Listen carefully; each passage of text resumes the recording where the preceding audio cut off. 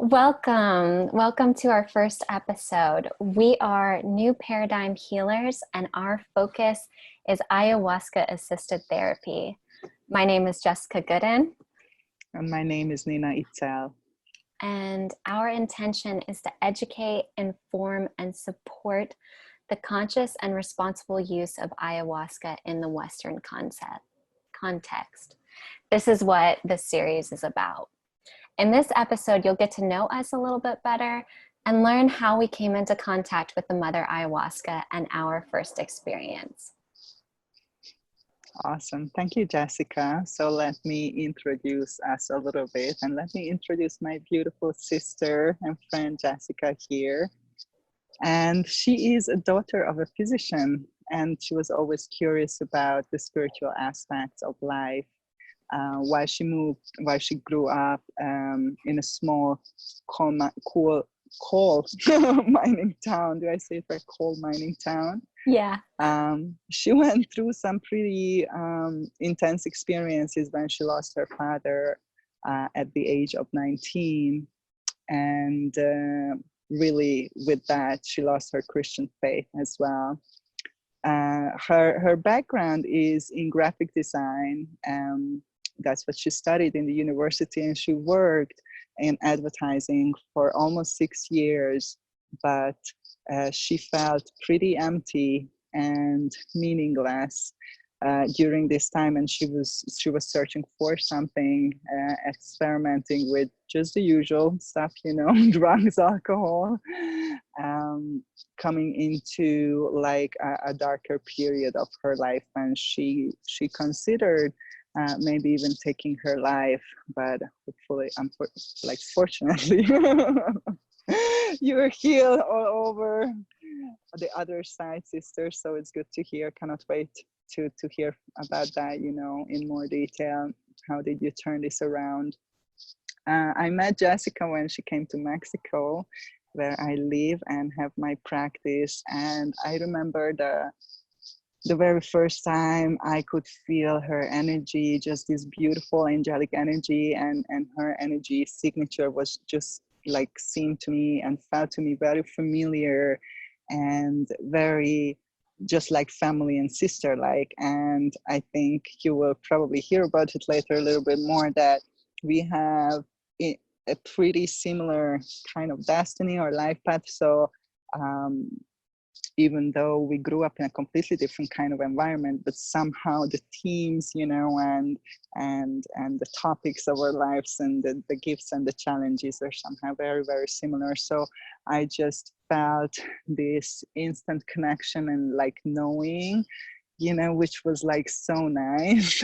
And also as a healer, I have this ability to recognize other people's gifts and help them to manifest them, and I could feel at the very beginning that wow, this is powerhouse of gifts wanting to explode here and flow out to nurture the world and bring love and healing. So I just feel so fortunate and honored that I could be part of this activation in some way, and that we cultivated this beautiful relationship, and we're sitting here today now doing this joint venture that I'm just so excited about and so grateful for. So this is how we met. After our meeting, we talked a lot. I remember, we were like, you were there so long time because we were just like couldn't stop talking. And she was very drawn to one of the modalities that I was working with, which is called clarity breathwork. It's a type of rebirthing. And I felt also that would be, very great for her to deepen into. So she went to the same teachers that I studied with in Costa Rica in an intentional community and an eco community where this training is. And we met there. It was so cool. I remember it was awesome that you were there. You did the training. I think the training already finished, or it was the last days or something when I got there. And yeah, that's another just long story. That was such an amazing experience. And then we get to sit in a circle with the medicine together. So, and I think that cemented everything. But even before, was just so much connection. So I'm just like so happy, you know, that you went for it, sister, and you took this huge leap of faith and completely changed your life and just followed your calling and your dreams. And after that, you were just like, okay, now nothing holds me back. And you went to the Peruvian Amazon and you worked with this amazing plant, Noya Rao, and you apprenticed at Casa Galactica, which is in Guatemala, correct? Or that's in Peru? Peru. Oh, it's in Peru. Okay, so it's in Peru, Peruvian Amazon, yeah. And yeah, it's just, wow, so much to say. Yoga teacher, certified yoga teacher, Reiki, a licensed massage therapist, breathwork, craniosacral, a reverend, which I didn't even know. Oh. That is so cool.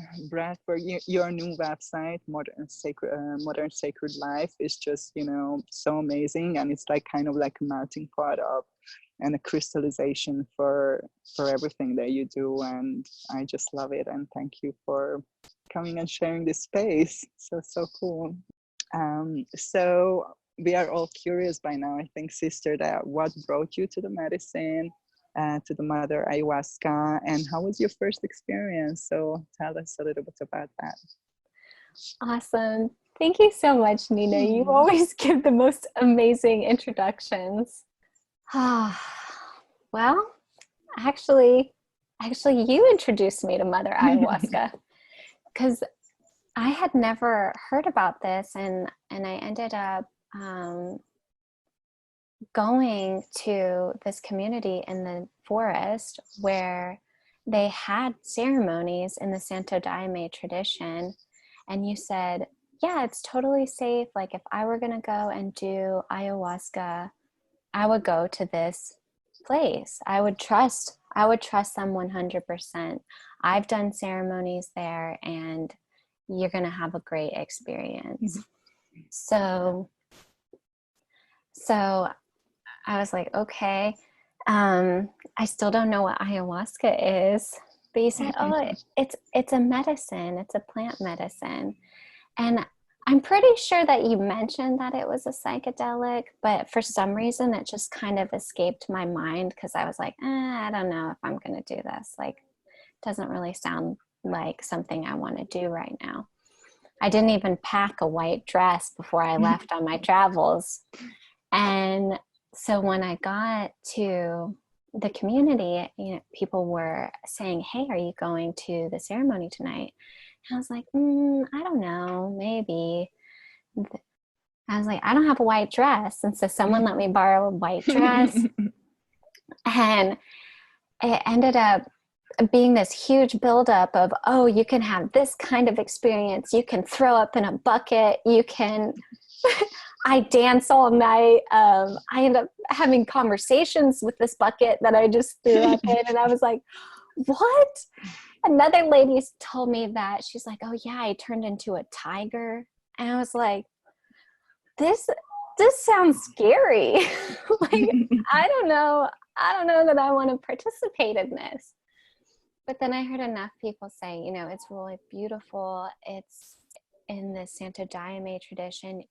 Everyone wears white and all the lights are on, and you sit as a community and do a call and response, singing your prayers up to the divine. And it's like going to church. It's like connecting on a very spiritual level to God and yourself, and you can have very transformational internal journeys.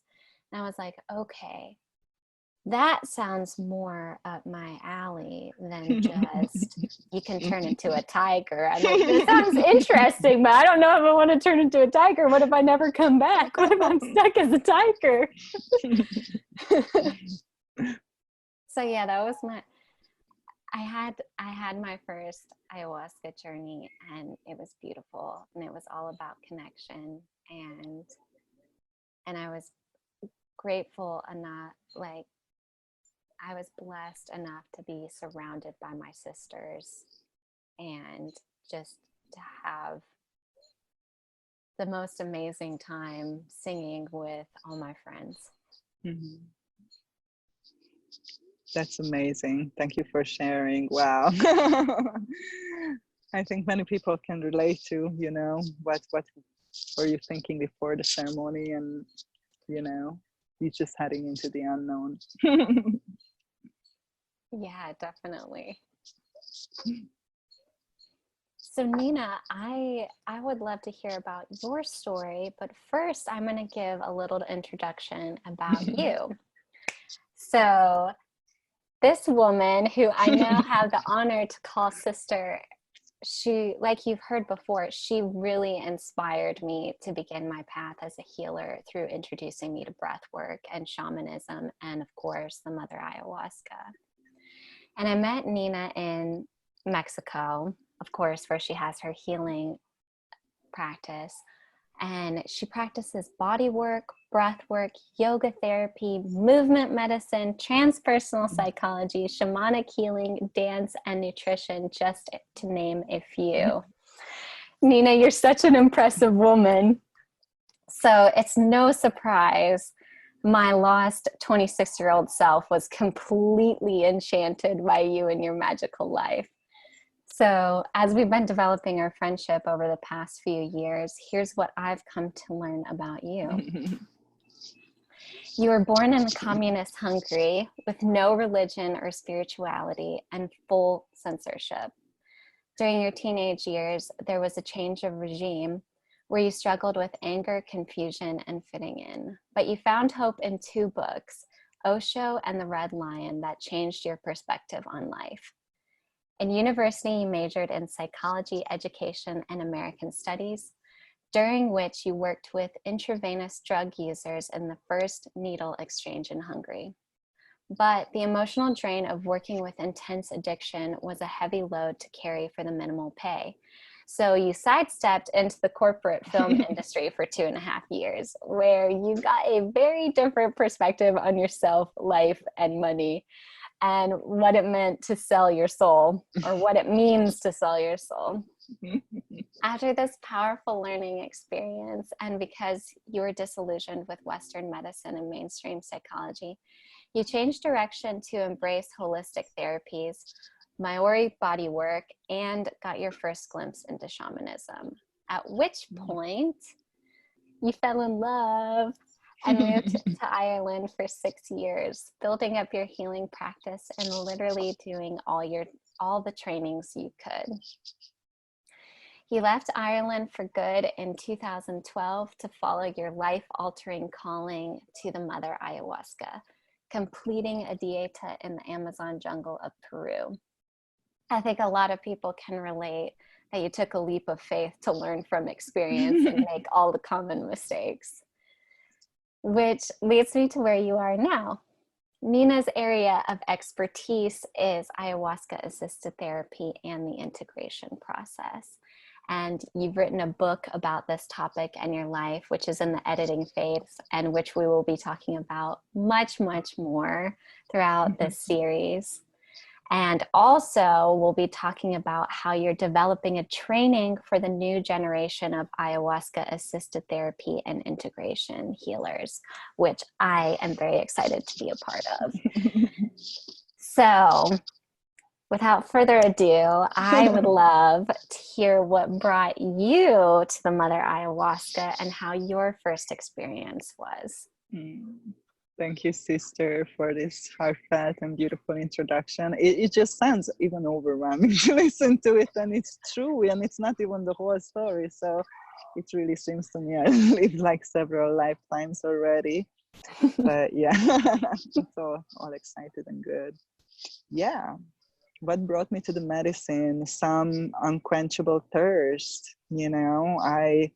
I was always looking and searching for something, and at the time I don't think I understood what that was. And even when I was already in my area of healing and therapies, even within that area, I was always just learning new tools, new methodologies, new approaches, and I had this thirst to know more and to learn more, and what is the best way, what is the fastest way, what is the most effective way. So some inner drive. And I was already a practicing therapist for many years, and I used many tools to help people. When I received this email from a group that I was part of that talked about going to an expedition to the Amazon in Peru, and the purpose of this expedition would be to accelerate the awakening process with a combination of certain plants. So we dieted 5 plants. One of them was the ayahuasca, and other 4 was non-psychedelic plants. And also to create pathways for, masses to come, like for the rest of the people who want to follow this avenue, this pathway. So when I received that email, I just knew that I have to go and do this. I cannot explain it in any other way. It wasn't anything logical. It was completely illogical and unrational. I mean, I had a very nice and comfortable life. I did what I wanted to do. I was really content to a certain extent. So, and I grew up in a city, and I like comfort, and my delicate body is not really cut out to jungle living. And I freak out from insects, not anymore, but at that time, like spider phobia, I had spider phobia. So for me, even the idea of going to the Amazon jungle, people who knew me were like, are you crazy? Like, I mean, this is the place that I can least imagine you going. So why are you doing this? And I was like, I have no idea, but I have to. So I said to myself, I'm going to apply for this training. And they said that they're going to select 13 people out of all the applicants, like hundreds of people who were applying. And there was like several rounds of interviews and connection calls. And I thought that, okay, if it's meant to be, they're going to pick me. And that means that I have to go. And they did. So I gave up my whole life in Ireland, and I sold everything. I gave away everything, and one box, like I left there, and I head out to the Amazon because I felt that I don't know what will happen, but for sure I can feel that it's going to change my life completely. So I cannot commit to anything afterwards because I don't know where I'm going to be and who I'm going to be. So let's just leave it open. And I think I only had, like, after Peru, like, booked another place, in the forest to kind of integrate and recover. But I didn't have really any plans. So I headed into the jungle, and with just this calling and this like complete leap of faith and this trust in myself and in that voice in myself that you have to go there, you have to do this, and you will figure out the rest afterwards. So this is how it all started. And I was very excited, and yeah, just super happy to be a part of this pioneering movement. And I felt really, really good. So it was interesting that the first ceremony that I participated in the training, it was a pretty intense, kind of horrible experience. I mean, sick as a dog, really like all kinds of liquids coming out in all kinds of places, just like very uncomfortable physically. And the first 2 hours, then I plunged into this, like, I don't know, lower astral or some like dark deep depth of myself. And I had just this expectation that many people have, that I'm gonna talk to Jesus and God and get all my answers and just hang out in bliss for a while, and that it's gonna be great. And it was nothing like that. It was a pretty intense, painful and dark experience, and also super confusing. I was like, what does this mean? Why is this happening to me? Not exactly what I wanted. So after the first experience, and in the training, we had 5 ceremonies. In like every 3 days we had a ceremony. So after the first ceremony, I was thinking, oh my God, there is 4 more of this. I don't know how I'm gonna do that. So this is just a little nutshell, like So that's just my first ceremony, and I just don't want to leave it like that, because I don't want to give the impression to people like nothing is good and bad. Everything is just depends on the context, right, and the understanding. But by the end of the 5 ceremonies, I had a very different experience, and I realized that it was a journey. The medicine knew that I'm not there for one occasion, I'm there for 5. And it was like, it made sense, in retrospect, everything that happened to me. But yeah, we go deeper into that at a later time. So yeah, just a little teaser. Thank you for asking. Wow. I love hearing your stories. And even though I've heard this story before in a certain context, like every time I hear you tell it again, I get so much more insight into what your experience was like. So, oh my God, thank you so much for sharing. Thank you, sister. Mm-hmm. Okay, we're coming to the end of our time for today. So be sure to check out our next episode where we share some super cool, miraculous personal transformation stories through our conscious work with the Mother Ayahuasca. And you can sign up for our mailing list to stay up to date about our projects and trainings at avatarhealingarts.com and modernsacredlife.com. And remember, you are the healer and love is the medicine. Much love to you all. Much love. Bye. Bye.